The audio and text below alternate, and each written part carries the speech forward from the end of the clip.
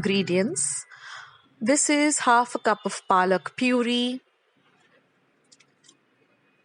half a cup of capsicum, 3 light green chilies chopped fine, half a cup of green peas, half a cup of French beans. This is 1 cup of a mixture of coriander and mint leaves. This is 1 cup of boiled and mashed potatoes, half an inch of ginger grated, 1 teaspoon of cumin, half a teaspoon of turmeric powder, half a cup of corn flour, half a cup of breadcrumbs, salt to taste, and 1/4 teaspoon of chaat masala as well as amchur powder. Now here I've taken about 1 tablespoon of oil, heated it in a pan. I've added my cumin seeds and my green chilies, and I'm going to fry this very well. Next goes in my grated ginger. We're going to fry the ginger in the oil well too. Next goes in my chopped up capsicum.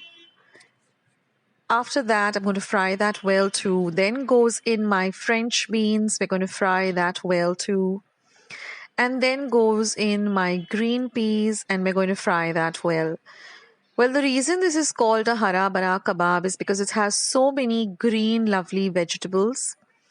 And all of these vegetables are so easily available now, and you can really put them to use and make this beautiful Hara Bhara kebabs. Now, this is the mixture of my pudina or mint leaves along with the coriander or the cilantro, which I've chopped very finely. And we're going to give all of this a nice fry in the oil. Now it's time to add a little bit of spices. So we're going to add the turmeric powder. We're going to mix everything well together. Then we're also going to add some salt to taste.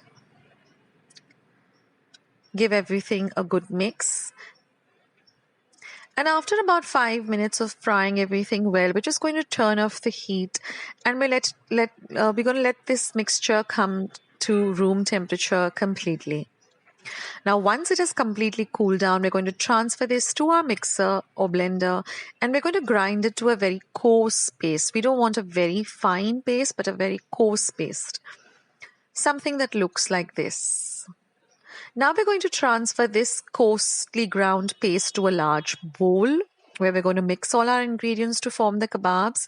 Next goes in our spinach or palak paste. You'll find the instructions of how to prepare this palak paste in the description box below as well as the comments box below. It's pretty simple. Now I'm going to add my mashed potatoes. Next, we're going to be adding our corn flour.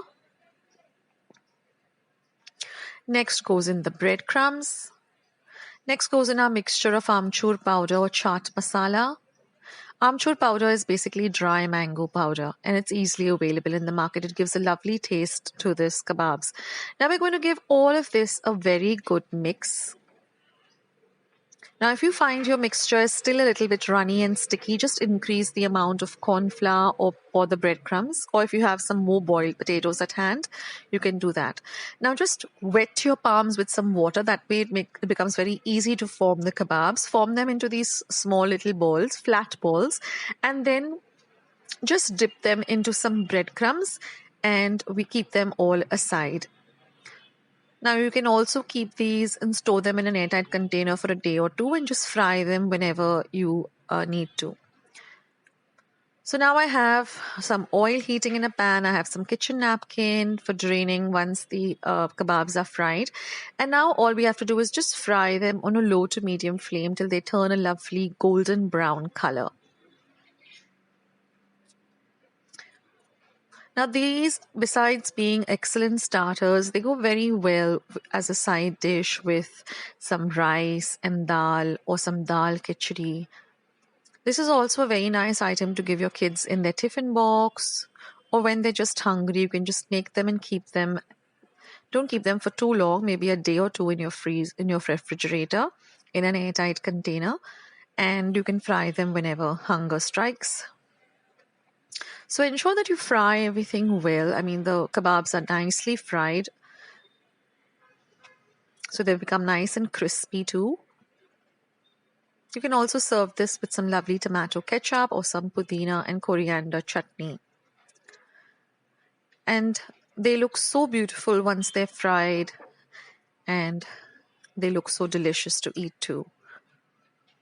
So I hope you enjoyed today's recipes. Thank you so much for watching.